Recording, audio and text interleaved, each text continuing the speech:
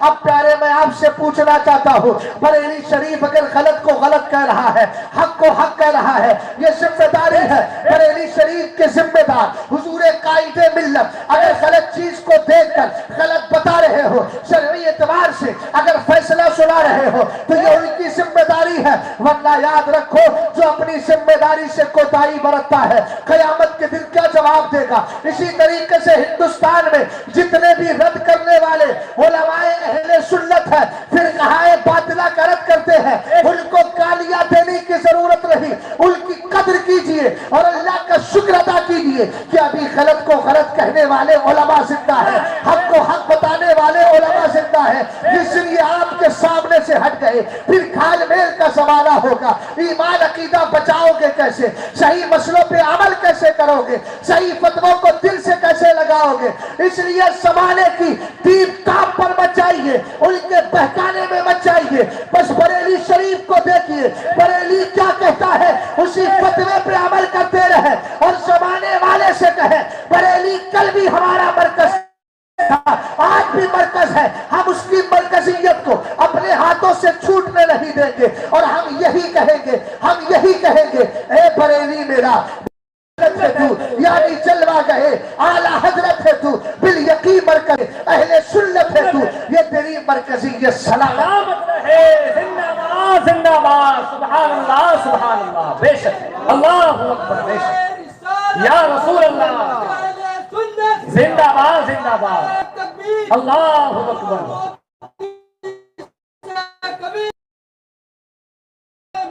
زندہ باد زندہ باد،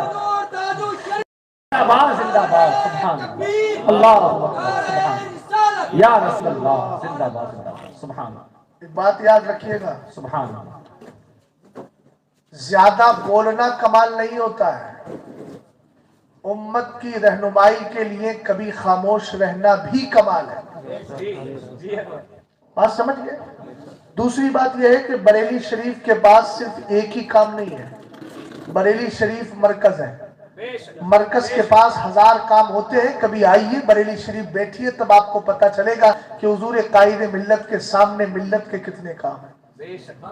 کچھ لوگوں کا یہ ہوتا ہے کہ ان کے پاس ایک ہی مسئلہ رہتا ہے، اسی مسئلے پر 24 گھنٹے بولتے رہتے ہیں، اس لیے کہ اس کے علاوہ کوئی کام ہی نہیں ہے۔ الحمدللہ رب العالمین، بریلی شریف مطلب کی بات کرتا ہے، ایک مسئلے کو حل کر کے آگے نکل جاتا ہے، پھر دوسرے مسئلے کی طرف توجہ دیتا ہے، اور جن کے پاس کوئی کام ہی نہیں ہے، میرے فالتو ہے، تو ظاہر سی بات ہے وہ اپنے اعتبار سے کام کیا کرتے ہیں۔ بریلی شریف ہمارا مرکز تھا، اعلیٰ حضرت اور ان کے خاندان کو اللہ نے چنا ہے، اس لیے چنی ہوئی شخصیات کو ساتھ کرنا یہ ہماری اور تمہاری ذمہ داری ہے۔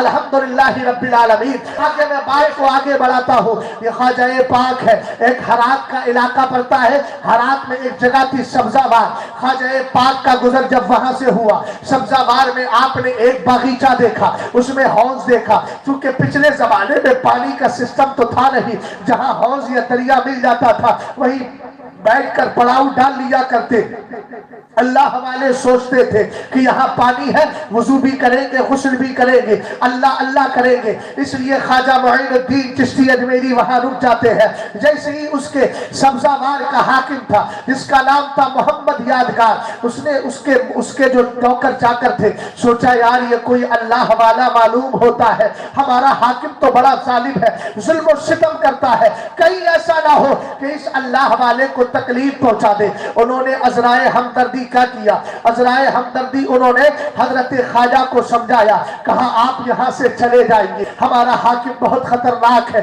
خواجہ پاک نے ایک ہی جواب دیا، تم اپنا کام کرو، میں اپنا کام کروں۔ اللہ والوں کی نظریں تو بہت دور تک جاتی، سمجھ میں آئی بات آپ کی؟ خواجہ پاک نے وضو کیا، غسل کیا، معطر ہوئے، نماز پڑھنے لگے، کچھ دیر میں حاکم آ گیا۔ حاکم نے اجنبی شخص کو دیکھا تو بوکھلا گیا، خواجہ پاک پہ جلال بری نظر ڈالنے لگا، لیکن اس کو پتا نہیں ہے یہ امام علی مقام کا لخت جگر ہے، یہ حسین پاک کا جگر پارا ہے، چونکہ آپ حسینی سید ہیں۔ کون سے سید ہیں؟ والد کی طرف سے حسینی سید ہے اور غوث پاک والد کی طرف سے حسنی سید ہے۔ اچھا ایک بات میں عرض کر دوں، علم سر صاحب بیٹھے، ہندوستان میں ایک رواج چل گیا، جو بھی سید ہے سب کو اولاد غوث اعظم، یہ ایک نادانی ہے، نسب جانے بغیر نہیں بولنا چاہیے۔ ہر سید اولاد غوث اعظم نہیں۔ مان لیجئے کسی سید کا نسب امام زین العابدین سے ہوتا ہوا امام حسین سے ملتا ہے تو وہ اولاد غوث اعظم کیسے ہوگا؟ بھئی وہ تو حضرت سرکار سیدنا حسن میں ہے امام حسن کی بس۔ پھر اگر کوئی حسنی سید بھی ہو اس کا خاندان غوث پاک کے خاندان سے ملتا ہو۔ ہندوستان میں پٹھان تو بہت ہے، تو کیا سارے پٹھانوں کا رشتہ اعلیٰ حضرت سے ملتا ہے؟ تو یہ جو ایک مزاج بن گیا ہے کہ ہر سید کو اولاد غوث اعظم،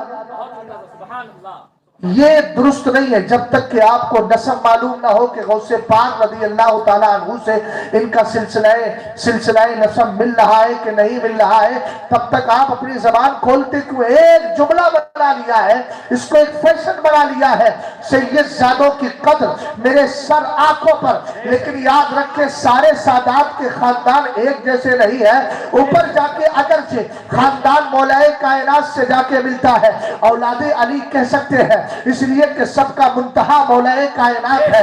سارے سیدوں کے باپ حضرت سرکار سیدنا مولا کائنات ہے۔ لیکن بعد میں جو آپ کے بیٹے ہیں، کوئی امام حسن کی اولاد میں ہے، کوئی امام حسین کی اولاد میں ہے، پھر امام حسن کی اولاد میں بھی ہے، تو پھر آگے چل کے بہت ساری شاخیں نکلی ہے۔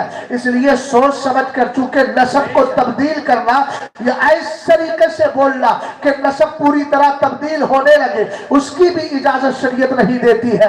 بہرحال میں عرض کر رہا تھا، حضرت خواجہ معین الدین چشتی اجمیری نے محمد یادگار کی طرف نظر ڈالی۔ معلوم ہے عقیدے کے اعتبار سے کون تھا؟ وہ عقیدے کے اعتبار سے شیعہ اور رافضی تھا، اور اتنا بڑا شیعہ تھا کہ اگر کسی نے اپنے بچوں کا نام ابو بکر و عمر رکھ دیا اور اس کو پتا چلا کہ اس کا نام ابو بکر ہے، اس کا نام عمر ہے، تو وہ اس وقت ان کو مارتا تھا، کوڑوں سے مارا کرتا تھا۔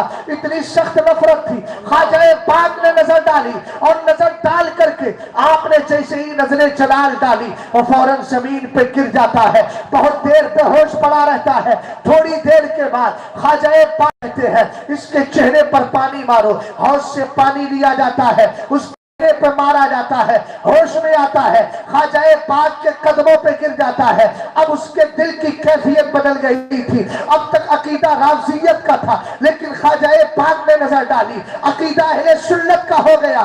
اس لیے سنیوں یاد رکھنا، اجمیر شریف کی سرزمین پر یہ لوٹنے کھسوٹنے والے لاکھ رافضی منہ بجاتے رہے کہ خواجہ ہمارے ہیں ہمارے ہیں۔ یاد رکھنا جب عقیدہ بدلتا ہے، فکر بدلتی ہے، تو حضرت نوح کے بیٹے کے لیے قرآن کہہ دیتا ہے انہو لیس من اہلی، وہ تمہارے گھر والوں میں نہیں ہے۔ پتہ چلا خونی رشتہ ایمانی رشتہ پہلے ہے۔ اس لیے اگر زمین والوں کا یعنی زمین کے اوپر والوں کا عقیدہ زمین کے اندر والوں کے عقیدے سے میل کھا رہا ہو، تب تو ان سے زمین والوں سے محبت کرنا، اور اگر زمین کے اندر والوں کا عقیدہ کچھ اور ہو، زمین کے اوپر والوں کا عقیدہ کچھ اور ہو، تو زمین والوں کے اندر جو ہے زمین کے اندر والوں کا عقیدہ لینا ہے، زمین کے اوپر والوں کا عقیدہ چھوڑنا ہے۔ اس لیے اجمیر معلیٰ کے اندر جتنے بھی یہ رافضی مزاج پانے والے سب نہیں ہیں، کچھ اہل سنت سے بھی تعلق رکھتے ہیں، کچھ وہ ہیں جو اعلیٰ حضرت سے عقیدت بھی رکھتے ہیں، لیکن جو رافضی مزاج کے ہیں وہ لاکھ خواجہ خواجہ کہتے رہے، لاکھ تمہارے بچوں کو تمہارے گھر والوں کو چادریں ڈال کر دعائیں دیتے رہے، ان کی دعائیں قبول نہیں ہوگی۔